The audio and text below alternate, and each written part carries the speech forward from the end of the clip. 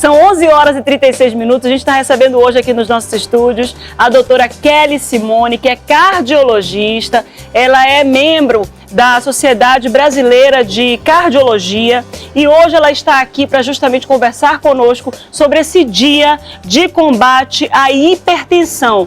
Quer dizer que você não precisa combater a hipertensão nos outros dias? Claro que não. Só que é um dia em que todo mundo se mobiliza, todos os cardiologistas se movimentam para poder trazer cada vez mais conscientização sobre essa doença que mata mais do que o câncer. Então a gente tem aí alguns dados, algumas informações que a gente vai trazer para você que está aí do outro lado, justamente para você tirar suas dúvidas, participar conosco dessa entrevista, porque essa entrevista eu só estou aqui mediando. Quem quiser fazer as perguntas, pode mandar as perguntas pelo nosso telefone 3307-3951 e 3307-3952 e também, claro, pelo nosso WhatsApp 99153-7959.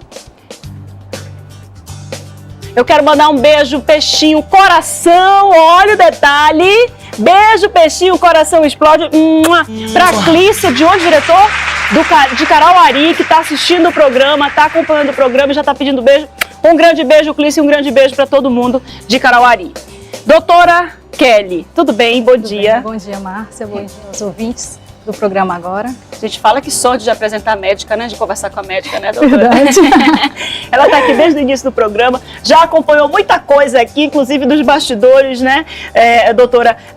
Durante o início do programa aqui, uma das coisas que o Ivan mais conversa comigo é para eu falar devagar.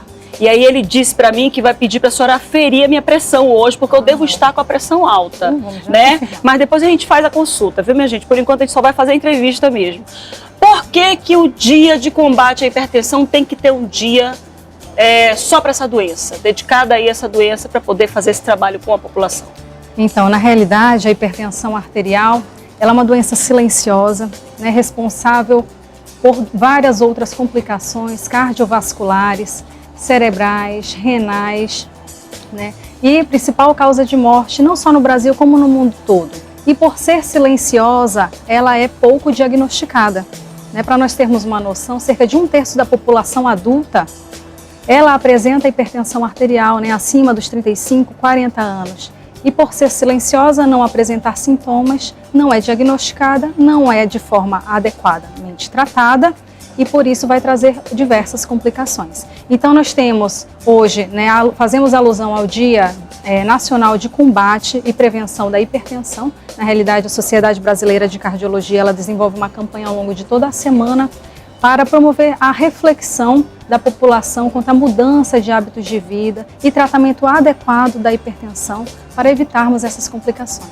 A senhora sabe que a senhora falou aí agora sobre essa questão da mudança de hábitos de vida e todo mundo fala sobre essa questão de alimentação, hoje está com esse boom de atividade física, o número de hipertensos aumentou, essas pessoas estão se exercitando mais com medo de se tornarem pessoas hipertensas ou não tem relação nenhuma? Como é que está essa situação desse boom da prática de atividade física, com corrida, né? Muita gente fazendo bike, triatlon, nadando, fazendo musculação, cultuando o corpo, que agora está na moda, né? A gente não é uma coisa que deveria estar na moda, era uma coisa que devia participar, fazer parte da nossa rotina, mas como é que está essa preocupação dos cardiologistas? Essas pessoas, elas têm que fazer o exame prévio para poder fazer essas atividades físicas, ou essas pessoas estão se tornando mais ativas por causa do medo da hipertensão? Como é que está esse quadro na cidade com relação à doença?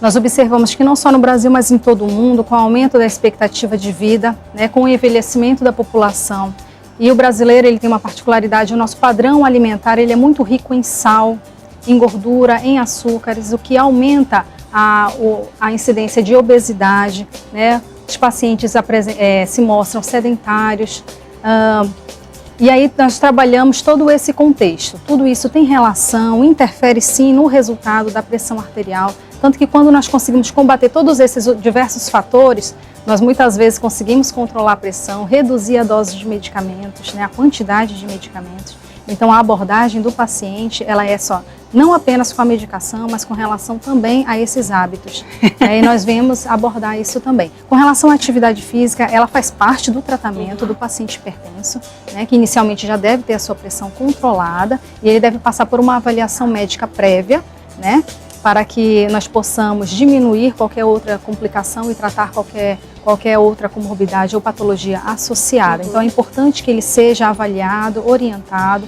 pelo seu médico especialista, que vai fazer uma série de exames e ali orientar quanto à prática de atividade física. A senhora, desculpa, porque eu acabei rindo, porque eu vi ali o espelho, o Ivan Nascimento vindo na minha direção, fazendo uma pergunta com rádio, né? E passando a mão na barriga dele. E aí eu me lembrei da pergunta que o Walter fez aqui no início. Eu vou logo dar fazer logo a pergunta do meu colega que está aqui em pé, aqui de castigo, aqui na copa do programa. E eu queria fazer essa pergunta com relação a esse peso. A senhora referiu agora à obesidade, falou da obesidade. E a gente sabe que tem gente que é muito magra e que depende de 3, 4 remédios para pressão todos os dias. Tem gente que já é pesado e não tem problema de hipertensão. Um dos grandes exemplos que a gente não pode deixar de mencionar é o Jô Soares. O Jô Soares passou a vida inteira pregando que era uma pessoa saudável, que não tinha problema de nada e que era pesado mesmo, mas apesar disso ele acabou emagrecendo aí cerca de 20 quilos com uma dieta da proteína. Então, o peso, ele realmente influencia diretamente na hipertensão, e quem é muito pesado e toma muitos remédios para hipertensão pode também desenvolver outros problemas de saúde a longo prazo em decorrência da utilização do remédio? Exatamente. Então a hipertensão, ela na realidade é multifatorial. Então existe uma série de fatores que levam ao aumento dessa pressão arterial, né? Então o paciente ele pode já ser geneticamente predisposto a desenvolver hipertensão por uma herança genética, né? Ter pais hipertensos, isso aumenta a chance, e junto com outros fatores antecipar, acelerar o desenvolvimento dessa hipertensão. E comparando as diversas populações, o paciente obeso, porque a obesidade por si só ela é uma doença e ela deve ser tratada, e ela está relacionada ao aumento dos níveis tensionais. Então faz parte do tratamento da hipertensão, né, tratamento da obesidade. Agora, tem uma pergunta do telespectador que está dizendo aqui, o diretor acabou de passar para a gente, é a Leda do Careiro, um beijo para todo mundo do Careiro, mandou a pergunta pelo WhatsApp. Ela está perguntando o seguinte, ela diz que ela é cardíaca, ela tem um problema cardiológico, ela é hipertensa também, diretor? Ela chegou a dizer isso? Ela é hipertensa e ela ultimamente tem sentido dores no peito.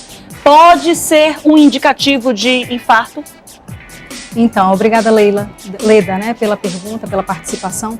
Na realidade, assim, a hipertensão ela é silenciosa, tá? Quando ela apresenta sintomas, ela já está em fases avançadas em que já está ocorrendo algum dano em algum órgão. O coração é um dos órgãos afetados pela hipertensão. Tá? E uma das manifestações, no caso, seria o infarto, né, agudo do miocárdio. Na vigência, na presença de dor torácica, a paciente sempre deve ser avaliada. Existem diversos fatores diversas causas de dor torácica, que não somente a cardíaca. Porém, se ela é uma paciente que apresenta outros fatores de risco, né, e a hipertensão é o principal deles, na vigência de dor no peito, ela deve procurar uma assistência para distinguir se a dor é de origem cardíaca ou se tem alguma outra causa, mas é importante valorizar. Agora eu quero fazer a pergunta da seguinte forma. Eu tenho maior preocupação de consumir sal, né? E a minha preocupação toda com essa questão do consumo de sal é porque o sal retém líquido, sal traz uma série de malefícios para quem tenta ficar um pouquinho mais magro e tal, né? Todas as vezes que eu vou almoçar na casa do meu pai, o meu pai, que é hipertenso, ele tem 1,70 m e tem 64 quilos, ele é magro e ele é hipertenso. Então ele sabe que lá em casa, quando eu vou almoçar, ele põe a comida bem sem sal, quase sem nada de sal. E põe uma colher de sopa de sal pro cidadão que está dirigindo a gente aqui, que de vez em quando ele almoça lá com meu pai, que é o nosso querido Ivan Nascimento, que é hipertenso, toma remédio para hipertensão e ainda assim abusa do sal. Como é que se conversa com a pessoa que já tem um problema de hipertensão e ainda insiste no consumo do sal? Por que o sal é tão problemático? Ele nunca passou mal, mas ele nunca passou mal. Ele tá falando comigo, gente, aqui no ponto, tá? Ele nunca passou mal porque toma remédio. E eu quero saber uma outra situação também sobre essa questão dessa pergunta do sal e principalmente esse advento do sal do Himalaia, o sal rosa, ele dá hipertensão ou não dá? Márcia, então, obrigada pela pergunta. Assim, na realidade, você abordou o fato do seu pai, né? O saleiro em cima da mesa é um veneno. né? Então existe uma quantidade Veneno. mínima necessária, né? Ou melhor, que a gente orienta, né, quanto à ingestão, mas a população ela acaba ingerindo muitos alimentos, às vezes já prontos, condimentados, enlatados, industrializados, que são ricas em sal, né? Então a gente perde um pouco do controle. A orientação em reduzir o consumo de sal, ela é real, ela é comprovada, né? E uma vez a gente conseguindo adotar essas medidas, nós podemos diminuir a quantidade de medicamentos e de outras complicações. O problema é que, na maioria das vezes, o paciente ele só procura a assistência médica quando ele já está apresentando a complicação, né? E a orientação é que, mesmo não sendo hipertenso, deve-se aferir a pressão arterial, né? Na dúvida ou caso ocorra histórico na família e a presença desses outros fatores, nós devemos consultar o especialista, né? E sempre procurar melhorar. O sódio em si, dentro de uma quantidade acima de 5 gramas dia, né? E isso é uma colher rasa de chá ao longo do dia inteiro. E só para a gente ter uma noção, exatamente, ao longo do dia inteiro essa quantidade. Só para a gente ter uma noção, um pãozinho francês já tem 1 grama, né? Então, assim, nós acabamos ingerindo, né? A nossa população ela tem um hábito de ingestão excessiva de sal e isso é de fato prejudicial. Walter Frota, você tem uma dúvida?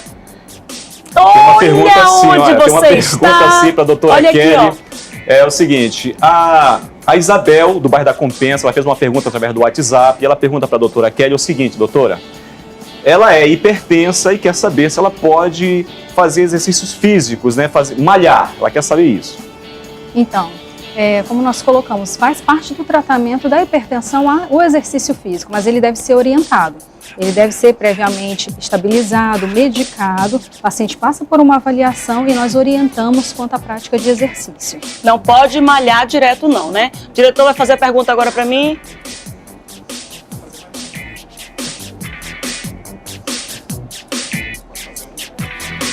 Será que pode dizer o nome do remédio, diretor? Olha, a gente tem contato aí da Dilene, lá do Dom Pedro. Aqui, ó, a Dilene está perguntando aqui, olha, o pai dela toma Dilpress de 25 miligramas e agora mesmo, e mesmo tomando a pressão está subindo. O que ele tem que fazer, o que a Edilene, que fala do Dom Pedro, um beijo para todo mundo do Dom Pedro, tem que fazer? Edilene, assim, com relação ao uso de medicação e ajuste terapêutico, né, isso deve ser feito na presença do especialista. Quando o paciente ele apresenta uma elevação do nível arterial, sem a presença de sintomas, e esses níveis não são tão severos e elevados, que níveis seriam esses? Acima de 18/11. Né? E sem sintomas, o que a gente vai fazer é manter a calma, medicá-lo de forma habitual e procurar o médico na primeira oportunidade para que ele possa fazer o ajuste da medicação.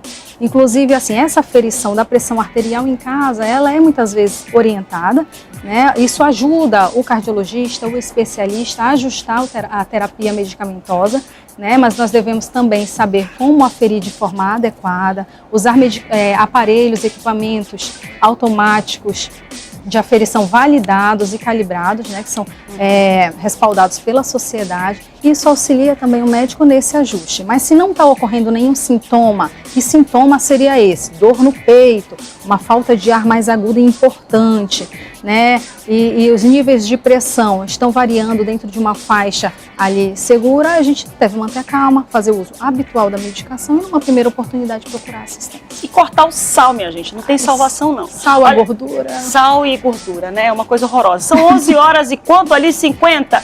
11 horas e 50 minutinhos. Você que está aí do outro lado acompanhando o programa da comunidade, nós estamos recebendo hoje aqui, nesse dia aí de combate à hipertensão, nós estamos recebendo a doutora Kelly Simone, que está trazendo para a gente informações, está tirando dúvidas dos nossos telespectadores. Você que está aí do outro lado pode fazer suas perguntas pelo 33073951 e 33073952.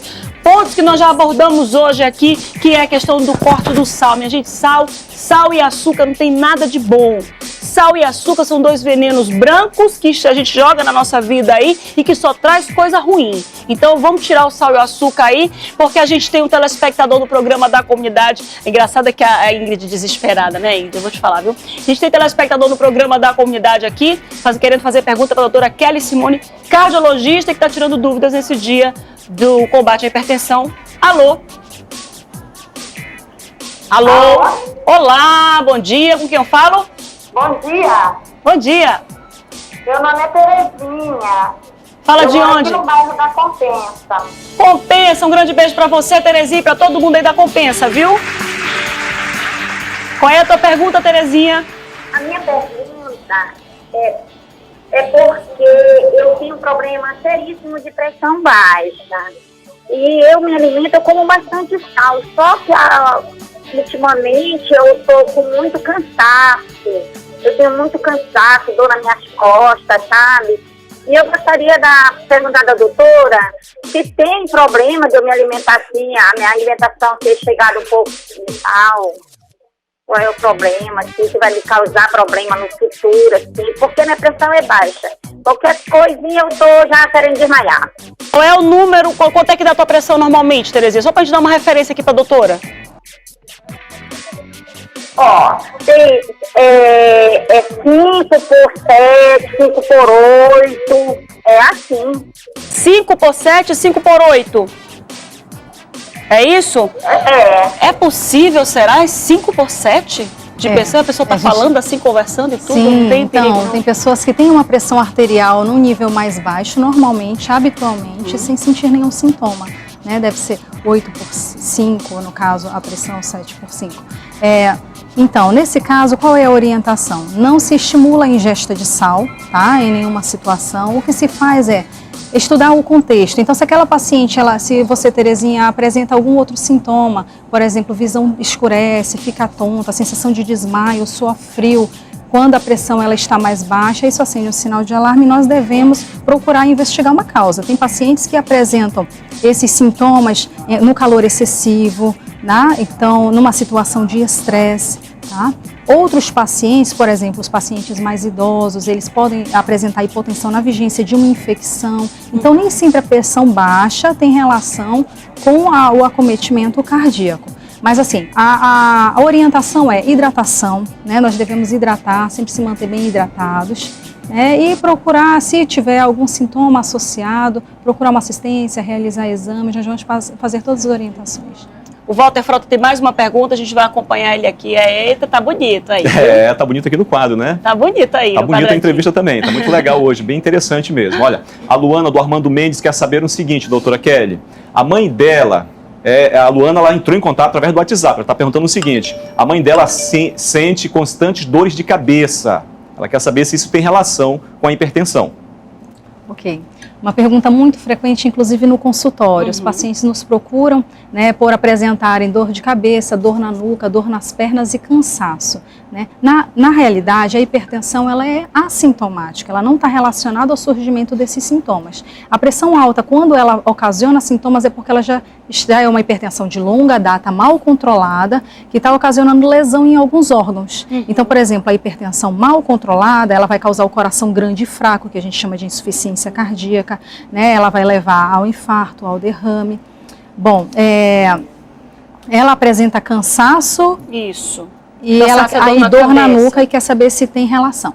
Na realidade, assim, a maioria das pessoas só aferem a pressão quando estão passando mal, né? Então, tá com dor de cabeça, vai ver a pressão tá mais elevada. Tá com mal-estar, vai ver a pressão tá mais elevada. Nós nunca taxamos o paciente de hipertenso numa única aferição. Nós temos que estudá-lo dentro de um contexto. Às vezes o paciente, ele está passando por uma situação estressante, angustiado, com uma dor crônica de qualquer outra causa, e naquele momento ele apresenta níveis mais elevados, tá? Então, nós temos que contextualizar, né? Nós devemos medir a pressão arterial em diversas outras situações e se ela em outras ocasiões se mantém elevada, é orientado, além de mudar os hábitos de vida, né, tudo isso que nós estamos abordando. Em alguns pacientes a gente orienta o início do tratamento medicamentoso, em outros não. Isso é muito particular, isso depende do nível de pressão arterial, se é uma hipertensão leve, moderada ou grave, se o paciente apresenta outras doenças associadas, ou seja, se ele é diabético, se ele tem colesterol alto, se ele tem história familiar de doença cardíaca.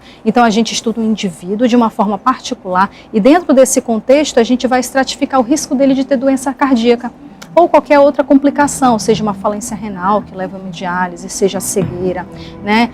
Existem outros sintomas que não são fatais, que não é morte, não é infarto e AVC, mas que leva à perda da qualidade de vida. Qualidade de vida. Qualidade de vida, a disfunção sexual, o Alzheimer, né, que são outras doenças. Olha aí, disfunção sexual, presta atenção. Elas estão relacionadas à hipertensão, não diagnosticada ou mal controlada. Então é muito importante nós orientarmos o paciente que, uma vez tendo sido prescrito medicação, use de forma adequada. Se apresentar algum efeito colateral, alguma reação adversa, procure o seu médico para que ele faça os ajustes terapêuticos, consulte regularmente o cardiologista e vamos estimular hábitos saudáveis. Vamos para mais uma pergunta, a última pergunta do WhatsApp, a última pergunta da nossa entrevista. A telespectadora diz o seguinte: a Lúcia Gonçalves, ela diz que ela é hipertensa, ela pesa 60 quilos. Há pouco tempo ela fez o exame de sangue e deu um triglicerídeos alto. Ela corre que riscos? Então, Lúcia, a gente tem que lhe estudar dentro desse contexto. Triglicerídeo é bolacha recheada, hein, Lúcia? Tá comendo bolacha recheada escondida aí, hein? É verdade. Então, nós aí temos então 2 fatores de risco. Um é o triglicerídeo alto, que é a dislipidemia, e o outro é a hipertensão. E a gente vai somando os fatores, ela não é obesa, né, mas aí a gente tem que estudar se não há alguma doença cardíaca na família, né, se existe já acometimento de algum outro órgão, né, e nesse caso a gente deve tratar cada fator de risco, porque ele se somando no final, às vezes não é imediato, mas é daqui a alguns anos nós vamos ter complicações. E, gente, assim, alimentação é tudo. A alimentação mata, a alimentação salva. Né? Infelizmente, esse é o caso. Vai ter uma feira, a feira 12 por 8, lá no Centro de Convivência, né? Lá da Cidade Nova, é isso? Isso, sexta-feira agora, dia 29, a Sociedade Brasileira de Cardiologia Regional Amazonas vai promover uma campanha, que é Eu Sou 12 por 8, que foi criada pelo Departamento de Hipertensão, né? E lá nós vamos aferir a pressão arterial da comunidade, administrar algumas palestras e orientação quanto ao tratamento adequado da hipertensão. A gente tem mais uma perguntinha rapidinho do Walter Frota aqui na tela. Walter, qual é a pergunta? Pois é, Márcia, minha mãe, ela é hipertensa. Ela não está aqui em Manaus, está lá em São Paulo. Beijo, mãe, mas essa pergunta eu vou fazer pela senhora, tá bom? É o seguinte, doutora Kelly, chazinho de alho, né? Nós vivemos na Amazônia, onde as plantas medicinais são muito fortes, né? A gente acompanha várias receitas. O chazinho de alho resolve para baixar a pressão? Walter, obrigada pela pergunta. Na realidade é assim, nós devemos atentar para o nível dessa hipertensão e esse contexto, porque se houver indicação de medicação inicialmente, nós não devemos suspender essa medicação. O paciente até pode fazer uso do chá de alho, né, de algumas outras plantas medicinais, não há nenhuma contraindicação absoluta quanto a isso, mas normalmente esse chazinho de alho, dependendo do nível de pressão arterial, ele isoladamente não é suficiente para controlar a pressão. Então a gente tem que ter muito cuidado, porque como nós não temos sintomas, nós não passamos mal e podemos estar com a pressão elevada, o mais adequado é aferir, procurar assistência, ver se há indicação de iniciar medicamento e, se houver, fazê-lo de forma adequada. Por mais que mantenha o chazinho de alho, não vejo problema. Ou seja, toma o chá, tá? Mas toma o remédio também, tá, Walter? Muito obrigada, doutora. Muito obrigada, doutora Kelly. Faça de novo o convite do Eu Sou 12 por 8. Então, sexta-feira, agora no Centro de Convivência da Família, Padre Pedro Vinhola, na Cidade Nova, das 14 às 18 horas. Os cardiologistas da Sociedade Brasileira de Cardiologia estaremos lá prestando assistência à comunidade, né, com palestras, aferindo pressão, tirando dúvidas, né, nos colocando à disposição de vocês. Nosso objetivo é a saúde, né, a qualidade de vida da população. Muito obrigada, doutora Kelly. Quem tiver qualquer dúvida pode manter contato pelo 992 37 9377, está aqui na tela, é o telefone da Sociedade Brasileira de Cardiologia. Eu quero aproveitar para mandar um beijo muito grande pro meu querido Abacuque Val, que é meu padrinho de casamento, também sou madrinha dele e tal, aquela história toda, uma coisa assim. Um grande beijo para ele, que mora no meu coração, e um grande beijo. Doutora, muito obrigada, viu? Eu agradeço. Muito obrigada por ter vindo, e as portas estão abertas para a senhora, tá?